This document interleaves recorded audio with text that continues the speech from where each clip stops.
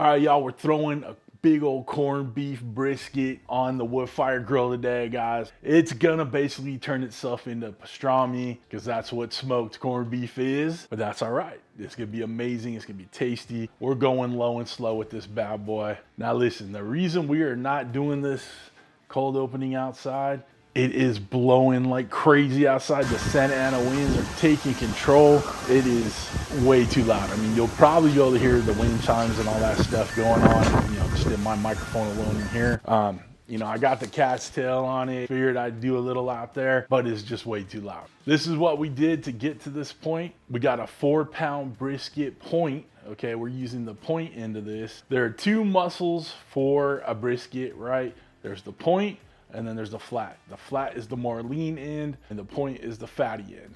Now for me, I love a good fatty brisket, so it only made sense to use a point. And I suggest you do too, all right? So that corned beef point is, obviously been just brining for days and days and days since it was packaged in that corned beef solution. So what we're gonna do is rinse all that off, pat it dry, take a look at it. Now, obviously you can see the butcher went ham on this one, and just there's a big old slice in it. There's another cut in the other side of it. We're gonna make do with what it is, but it's someone went nuts with the slicer on this one. So we got it on the tray here. We're going to give it a nice covering of Uncle Steve's Lucky Shake. Now I'm using it because it's a great shake to use on there, but also because it has a chunky bit of pepper in there, okay? We got some heavy duty pepper on this rub, and it's just gonna complement those, corned beef flavors. So once the smoke hits it, that good peppery vibe, there's salt, there's paprika, all those good flavors, all just gonna complement each other. Now we're using Smokin Pecan pellets in there too. They give a great amount of smoke, and the smoke lasts a long time with these pecan shell pellets. Now these aren't pressed wood, these are actually pressed pecan shells. I'll put a link down below for Smokin Pecan. Give them a try.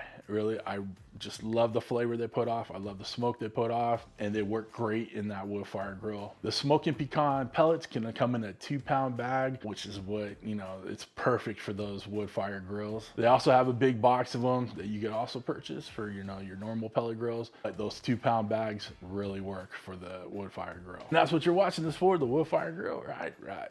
Okay, so grab some today. But we got those Smokin Pecan pellets in the wood fire grill. We have a little water pan in there. Usually with pastrami, there's a little bit of a steam feature in with that smoking. So that's what we're gonna use that water pan for. We got our corned beef brisket in there. We have the temp spike in there, monitoring temperatures. Once we get to that 205 to 210, pull it out, we'll let it rest, and then we'll slice into it. Guys, if you're with me thus far, please consider subscribing to the channel, right? Hit that thumbs up. All that stuff helps get it in the algorithm, gets the video in front of more people like yourself, right? And helps out your boy. So make sure you do that. Nothing left to do but let this, do its thing. We'll come back. For me, it'll be a couple hours. For you, it'll be just like that. Right, we're a little more than an hour in, tipping out a little over 100. All right, wind is still blowing like crazy, so sorry for the poor audio. But we're humming along. It's looking great, got a great color on there. All right, we'll come on back in the...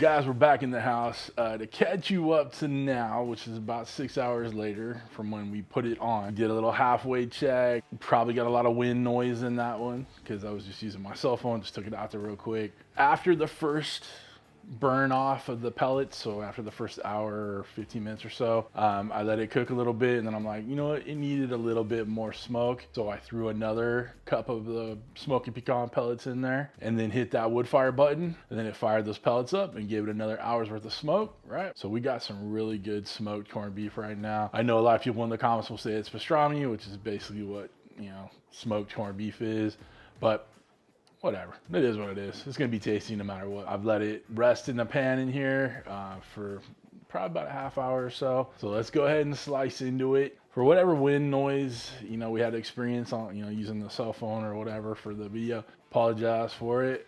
Look, it is still blowing like crazy outside. It is what it is. It's a Southern California thing, the Santa Ana winds. Sometimes they just come in roaring, you know what I'm saying? So anyhow, let's go ahead and slice this bad boy up.